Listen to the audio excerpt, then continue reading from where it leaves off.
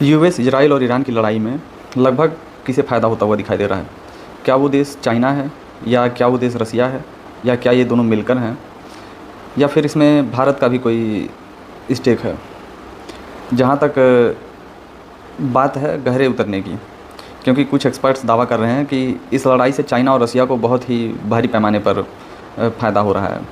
पर वहीं कुछ ऐसे भी एक्सपर्ट्स हैं जो कह रहे हैं कि इस युद्ध के बाद असली फ़ायदा अगर किसी को होगा तो वो अमेरिका है, न कि इजराइल या चाइना या फिर रूस। भारत की तो इसमें बहुत हद तक हम बात नहीं कर सकते, दो एक मुद्दों को छोड़कर, क्योंकि भारत का इस लड़ाई से लेना देना नहीं है।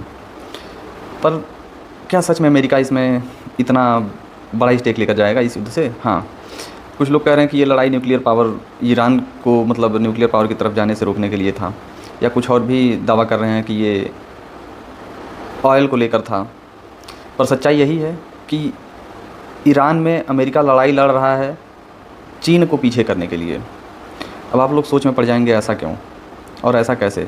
तो ऐसा इस वजह से कि अमेरिका देख रहा था कि चाइना एक खुले सांड की तरह होता चला जा रहा है, उस पर कोई लगाम नहीं लग रहा है, और लगाम लगाने की भी बहुत कोशिश किया अमेरिका अभी चाइना से ट्रेड डील करना चाह रहा है, जिसमें अगर ऐसी कोई घटना न घटी हो तो अमेरिका के फेवर में वह ट्रेड डील नहीं किसी कंट्री के क्रूड ऑयल पर कंट्रोल पा लिया जाए तो उस कंट्री की इंडस्ट्री ठप हो जाएगी रातों रात, क्योंकि इंडस्ट्री चलती है ईंधन से, और ईंधन आता है क्रूड ऑयल से, एनर्जी से।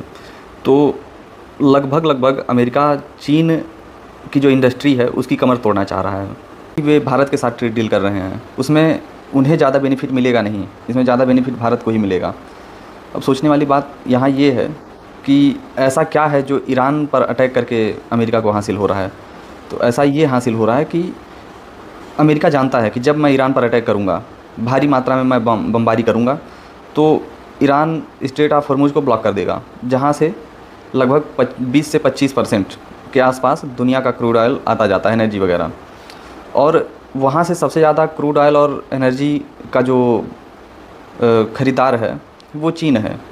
और अगर उसके कुल ख़रीदारी से 30-35% पर अगर मैं चोट कर देता हूँ, जो कि ईरान पर अटैक करने के बाद चीन के साथ होगा। हालांकि एक दावा हुआ है ऐसा कि ईरान ने कहा है कि स्ट्रेट ऑफ हॉर्मुज़ में हम चाइनीज़ शिप्स को जाने देंगे, पर ये एक अफवाह है। इतनी आसानी से चीज़ें नहीं होती हैं जितना आप समझते हैं। हर कोई देश भारत नहीं है जिसका हर किसी खेमे में पकड़ हो। जैसा कि एक अभी रूस की कुछ शिपमेंट्स थी जो पैसिफिक ओशन में घूम रही थी, इधर उधर पता नहीं कहाँ वे जा रही थी, जापान की तरफ उनका रुख था, पर क्या बातचीत हुई, वे भारत की तरफ आनी शुरू हो गई।